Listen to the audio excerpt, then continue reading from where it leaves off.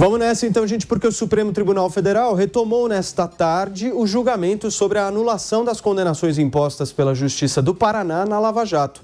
O ministro Edson Fachin votou hoje por manter sua decisão que enviou de Curitiba para Brasília os processos da Operação Lava Jato contra o ex-presidente Luiz Inácio Lula da Silva.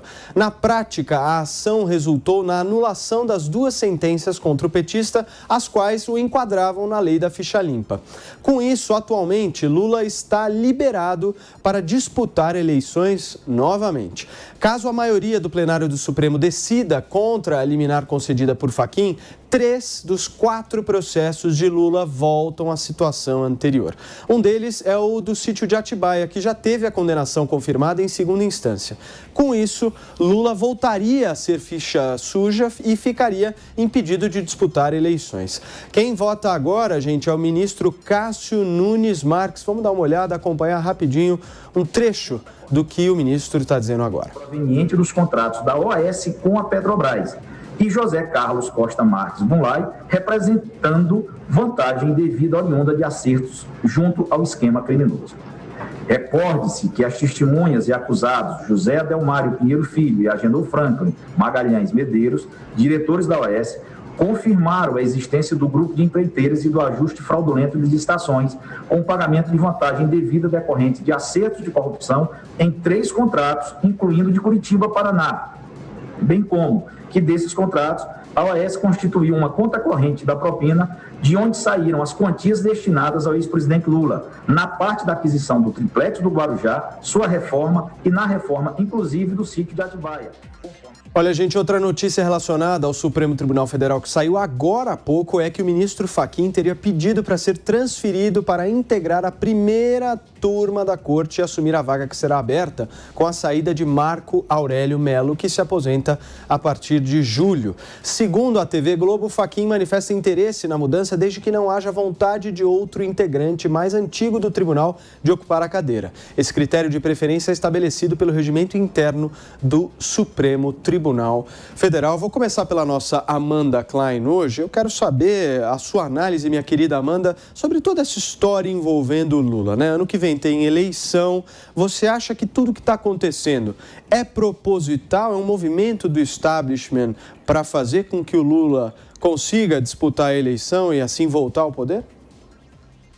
É uma pergunta tão complexa, né, Paulo? Você me deixa aqui numa saia justa. Olha, deixa eu tentar analisar um pouquinho, contar o voto do Fachin, porque eu acho, e até acho que talvez o Constantino concorde comigo nessa, que é óbvio que há uma série de movimentações políticas por parte do Supremo Tribunal Federal. Só que eu entendo que essas movimentações políticas não acontecem só agora, elas sempre aconteceram. Mas deixa eu voltar ao voto do Fachin, até porque parece que, por esse comecinho do voto do ministro Nunes Marques, parece que ele está divergindo. Ele vai abrir uma divergência em relação a Fachin e provavelmente, pelo que ele está insinuando, demonstrando, sinalizando, vai votar a favor da competência da 13ª Vara Federal de Curitiba. Mas voltando ao voto do Fachin, qual o raciocínio que ele constrói? Ele diz o seguinte, olha, desde 2015, a maioria do plenário do Supremo Tribunal Federal vai firmando uma jurisprudência de que a competência da 13ª Vara Federal de Curitiba deve ser restrita somente aos casos diretamente ligados à Petrobras. E aí ele cita, lembra, o primeiro voto do finado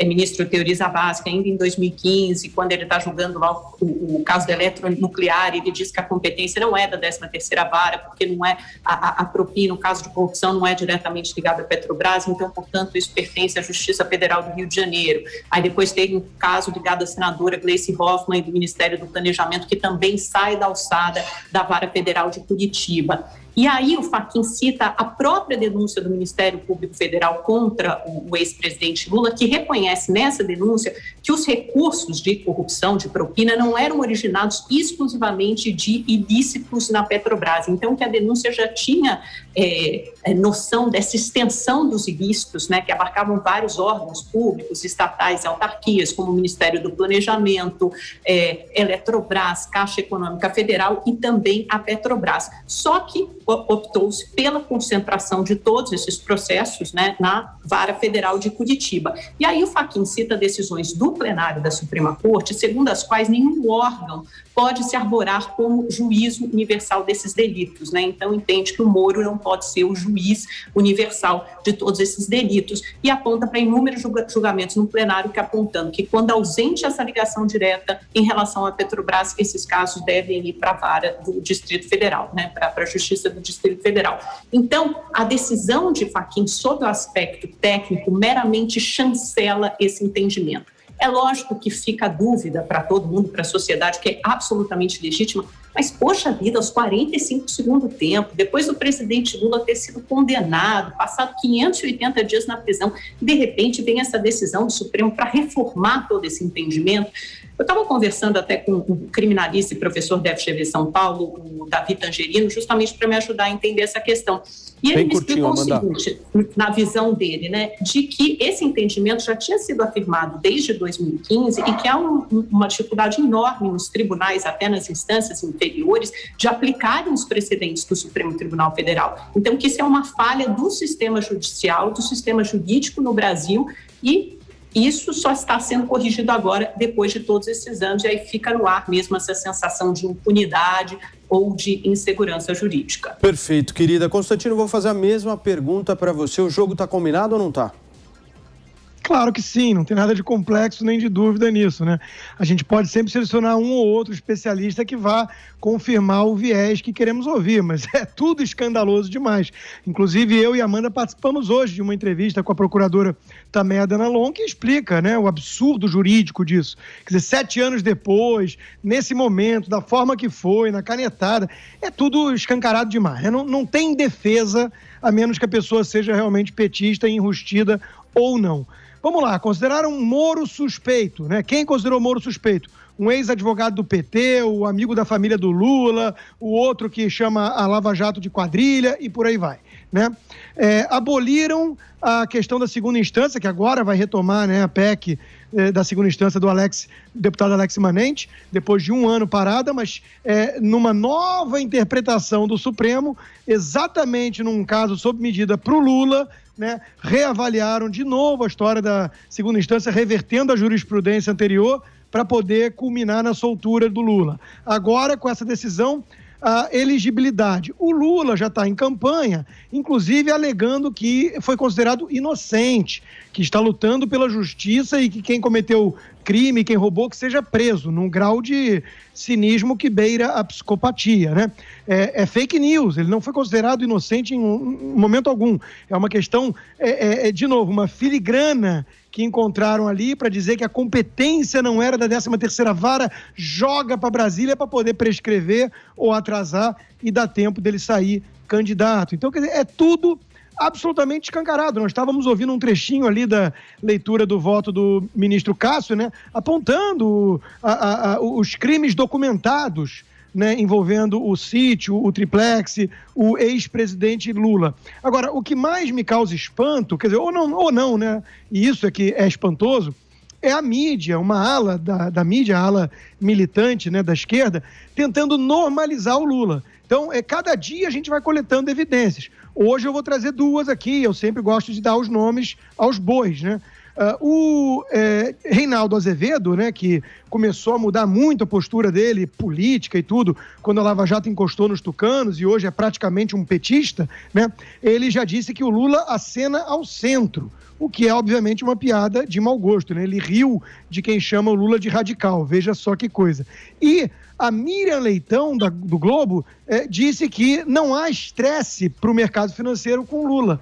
O que eu não sei, de novo, ela deve ter conversado a dedo com alguns gestores ali, né, bem selecionados, porque é óbvio que gera pânico, né? Então, assim, tudo isso é muito orquestrado. Perfeito. E mostra que não é fácil brincar com esse sistema, com o establishment, como você disse. Perfeito, Constantino. Ô, Serrão, e esse movimento do ministro Edson Fachin para integrar a primeira corte? O que está por trás disso? Com certeza ele não deve estar gostando da pressão que ele recebe na segunda corte, na segunda turma do Supremo Tribunal Federal. Ali é complicado, jogar com Gilmar Mendes é difícil. Agora, tudo isso que nós estamos discutindo aqui, isso teria sido evitado, o Brasil não teria perdido tempo, a justiça teria funcionado e teria sido realizada se nós não tivéssemos um grave problema chamado foro privilegiado por função que deputados e senadores e demais autoridades têm. O foro privilegiado é o grande absurdo de tudo. Todo esse caso da Lava Jato, ele deveria ter sido julgado apenas pelas 3 instâncias normais da nossa justiça. A primeira, o Tribunal Regional Federal da região devida e o Superior Tribunal de Justiça. Jamais esse assunto deveria ter chegado ao Supremo Tribunal Federal. O Supremo Tribunal Federal é uma corte constitucional, mas foi transformado pelo casuísmo político, pela judicialização da politicagem, em quê? Em um tribunal criminal para julgar crimes de políticos que têm o privilégio de ter grandes bancas de advocacia para cuidar deles, e essas bancas têm um acesso maravilhoso ao Supremo Tribunal Federal. Até um dos integrantes dessa banca, ele tem tanto poder lá no Supremo que ele anda por lá até usando bermuda, como várias fotos já mostraram por aí. Então, a grande questão é, a nossa estrutura judiciária está completamente errada para combater a corrupção. E é isso que a sociedade brasileira tem que discutir e tem que fazer pressão para mudar. Do jeito que está, vamos para mais uma pizza, vamos até por uma possível reabilitação de Luiz Inácio Lula da Silva. Agora, Amanda, e essa PEC do fim do foro privilegiado que o Serrão cita aqui, isso seria uma utopia no Brasil? Um dia a gente vai conseguir chegar lá? O foro privilegiado já foi restrito, né? Agora só vale para quando você está exercendo o cargo e para crimes ou para atos diretamente ligados à função, né? Então já houve essa restrição, mas é lógico que é muito difícil para parlamentares avançarem em questões concernentes à restrição de foro privilegiado, em questões concernentes também à prisão de segunda instância, né? Como o Constantino citou aí no início. Então é muito difícil, porque isso mexe com interesses próprios, mexe no espírito de corpo, com corporativismo. Então acho muito difícil avançar nisso. Mas voltando um pouquinho para o julgamento, Paulo, eu acho que a gente ainda vai ter que ver mais uma questão que deve ser debatida, levantada em algum momento de hoje, nem sei se esse julgamento acaba hoje, mais provável é que seja estendido para a semana que vem, que é sobre a suspeição também, porque a gente tem 2 coisas aí sendo levantadas, 2 questionamentos acerca da competência da 13ª Vara Federal de Curitiba e acerca da suspeição, que já foi julgado na segunda turma, mas o ministro Fachin entende que quando ele disse que, quando ele julga a incompetência, esse habeas corpus que cita a suspeição do Moro, né, que o Moro seria um juiz parcial, e isso perde o objeto. Mas a segunda turma entendeu de forma diferente e acatou a suspeição, votou a suspeição do Moro por 3-2. Então, essa questão ainda pode ser levantada. Agora, o que diz a suspeição? Que além de todos os atos decisórios, as provas também são eliminadas. Ou seja, isso volta para a estaca zero e o risco de prescrição é grande, até porque o presidente Lula tem mais de 70 anos, esse prazo cai pela metade. Então, a gente tem que ficar atento a essa outra questão sobre a suspeição, que também deve ser levantada hoje ou até o final desse julgamento na semana que vem. Perfeito. Nós citamos aqui no 3 em 1 voto do ministro Edson Fachin agora há pouco. Vamos acompanhar um trecho do que disse o ministro do STF. Os fatos envolvendo a atuação de agentes políticos praticados em decorrência de suas funções exercidas na capital e quando ausente liame direto com ilícitos praticados em detrimento da Petrobras, definiu-se que devem ser processados pela seção judiciária do Distrito Federal. Como já mencionei, diversos julgamentos, quer pelo plenário, quer pela turma, e do que é exemplo, ou são exemplo, os inquéritos 4327 e 4483, nos quais lancei meu ponto de vista vencido. Muito bem, tá aí o voto do ministro Edson Fachin. Eu queria perguntar para o nosso Constantino. Constantino, se o jogo já está jogado, praticamente, o próximo passo, então, é prender o Sérgio Moro? Olha, o Paulo, isso é sempre um risco. Não é à toa que ele está muito calado, né? E tocando a vida dele, ganhando dinheiro e mais afastado desse negócio. Olha só, nós não podemos, e eu tenho repetido isso porque isso me preocupa muito, apesar do risco que é, hoje em dia, você bater de frente com esse Supremo todo-poderoso, né? A gente sabe das potenciais consequências. Mas é muito importante a gente deixar claro para o nosso ouvinte e telespectador, em respeito à verdade, que é o que o jornalismo deve fazer. Que hoje em dia, pior do que o escrachado, o revolucionário ou o Lula, que todo mundo sabe que é quem é aquele que tenta passar um verniz de institucionalidade a esse tipo de situação esdrúxula, ridícula e patética. Então, assim, o Brasil não tem uma corte constitucional, o Brasil não tem sequer uma constituição vigente. O Brasil tem o arbítrio de 11 ministros mais 2 turmas, ainda por cima, e o plenário. Né? Essa configuração louca que dá essa insegurança jurídica, que persegue críticos, que prende jornalistas. É isso que nós estamos vendo hoje. E esse mecanismo está atuando, sim, para o Lula ser o candidato, e me preocupa muito as urnas. Tem um movimento grande, o senador Girão está a favor, a Bia Kicis está muito aguerrida nisso, que é o voto auditável. Porque o Barroso fica dizendo que o voto é seguro e ninguém consegue nem auditar. O PSDB tentou e não conseguiu. Então, veja só uma coisa. Esse episódio que o Serrão citou aí, né, do advogado criminalista que defende petistas e anda de bermuda no Supremo, ele estava participando no final de semana passado de uma live com quem? Com Alexandre de Moraes, que vai estar presidindo o TSE e que disse o quê? Que vai agir de forma preventiva contra fake news, robôs e coisas que desvirtuam a democracia.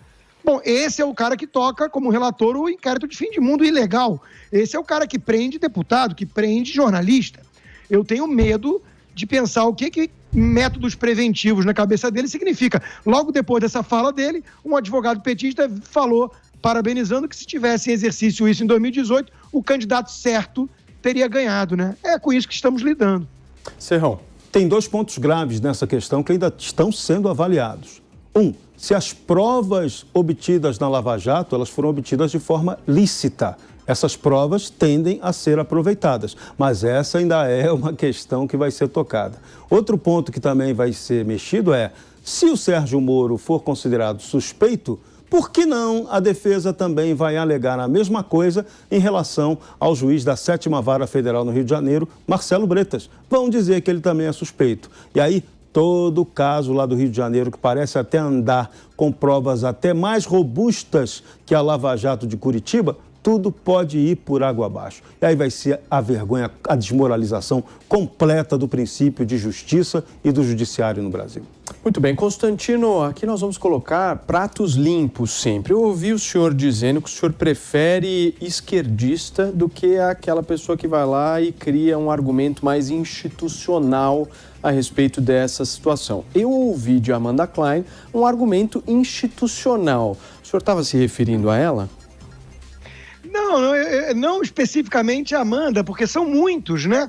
Na verdade é o seguinte, é uma turma que adota uma narrativa que tenta normalizar o absurdo, né? E como dizia a própria Hannah Arendt, a banalização do mal e tudo mais, né? Esses conceitos, a pior coisa que tem é a gente fingir, a gente aceitar um simulacro de instituições como aquilo que funciona, né? É muito melhor a gente escancarar o problema do que a gente simular que a gente vive num país normal. No caso, vocês vivem num país normal, né? Não é um país que tem uma corte constitucional e que segue a Constituição e que tem algum tipo de punição e justiça. Não é. É uma corte onde o todo-poderoso do ex-presidente, com amigos supremos e muita assessoria de imprensa, faz esse tipo de narrativa aí para vender como normal aquilo que é, obviamente, bizarro aos olhos de qualquer pessoa decente. Muito bem, olha aí, Amanda Klein, não era com você. Não, era com as Forças Armadas. Não era só comigo, né? Eu entendi que tem várias Era com as Amandas, Forças Armadas. Daqui a pouco a gente vai formar 2 times aqui. Amanda, as Forças Armadas é que sempre repetem essa narrativa de que há normalidade institucional no Brasil e toda vez que alguém vem com o radicalismo de exigir a intervenção militar, eles alegam esse papo que está tudo normal. Gente, perdão, não está tudo normal. Agora, também não precisa ter intervenção militar em função disso. São duas questões diferentes. Eu acho assim, primeiro, a banalização do mal se referia à burocracia do nazismo, né, ao funcionamento do nazismo. Então, é uma coisa inteiramente diversa do que a gente vive hoje. Eu acho que a gente vive, sim, dada a politização aí de várias instituições, mas a gente vive minimamente uma normalidade institucional, no sentido que há uma tripartição dos poderes e todos os poderes se pronunciam, se colocam de alguma maneira. Hoje, o Constantino critica muito o Supremo Tribunal Federal pelas decisões que são contrárias ao que ele gostaria que fossem. Só que a gente deve lembrar que foi esse mesmo Supremo Tribunal Federal que condenou os petistas no Mensalão, esse mesmo Supremo Tribunal Federal que censurou a entrevista do Lula em 2018, que fez o vai e vem da prisão após segunda instância, que sob a presidência de Carmen Lúcia decidiu julgar o habeas corpus do ex-presidente Lula e não a questão maior de prisão após segunda instância, porque sabia que se colocasse para julgar a questão maior da prisão após segunda instância seria derrotada, né, como foi anos depois, e o ex-presidente Lula não seria preso. Então, esse mesmo Supremo que já deu muitas decisões favoráveis à Lava Jato e contra o PT, e que naquele momento agradou muitos dos bolsonaristas, os mesmos que criticam, condenam e xingam o Supremo Tribunal Federal hoje. Então, se essa casa é política, se essa instituição é política, vale para os dois lados, né? Num momento favorece o lado que a gente gosta e no momento seguinte não favorece o lado que a gente gosta, mas você tem que reconhecer que é uma instituição politizada já há muito tempo. Isso não quer dizer que em muitos momentos também profira decisões que são mais técnicas, mas eu entendo quando a gente fala de insegurança jurídica tantos anos depois. Eu entendo, realmente fica esse cheiro no ar. Constantino pedindo a palavra. Não é um cheiro não, Amanda.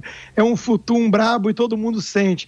Agora, veja, primeiro tratar com normalidade um Supremo Tribunal Federal politizado já é algo preocupante, né? Não deveria. Agora, as decisões que você diz que tomaram lá atrás contra o PT, é aquela história, né? No limite do limite que não dá mais para não fazer.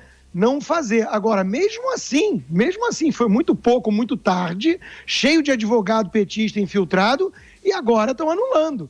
Agora, não é que vão contra o que eu gostaria, Amanda, vão contra a Constituição. Muito bem, Serrão. No nazismo, no pré-nazismo, havia a República de Weimar. E aqui no Brasil nós temos a República de Mamar. E essa República de Mamar hoje, ela está muito próxima de um autoritarismo assustador. O caso do suposto combate à pandemia está mostrando aí abusos sistemáticos da autoridade e desrespeito também sistemático aos direitos civis. Então a gente tem que ficar atento a isso, porque o Brasil está se transformando num barril de pólvora. Muito bem, queridos, podemos finalizar esse assunto? Ou alguém quer fazer mais alguma colocação? Podemos? Não, só uma última coisa, que inconstitucional foi quando o Supremo decretou a prisão após segunda instância, quando na Constituição está muito claro que a condenação é só após o trânsito em julgado. Aliás, esse termo trânsito em julgado, ele aparece em muitos momentos da Constituição, inclusive quando são dívidas do Estado, e a gente sabe que o Estado só é condenado a pagar essas dívidas após o trânsito em julgado, ou seja, em todas as instâncias. Então, esse trânsito julgado não pode mencionar e não pode significar duas coisas diferentes na mesma Constituição. Isso teria que ser mudado, como tem essa PEC da segunda instância, por isso que ela existe, o foro adequado para ela ser modificada é no Congresso Nacional. Eu sou a favor da prisão após segunda instância, mas ela tem que ser reformada, essa decisão tem que ser mudada no âmbito correto, que é no Congresso Nacional.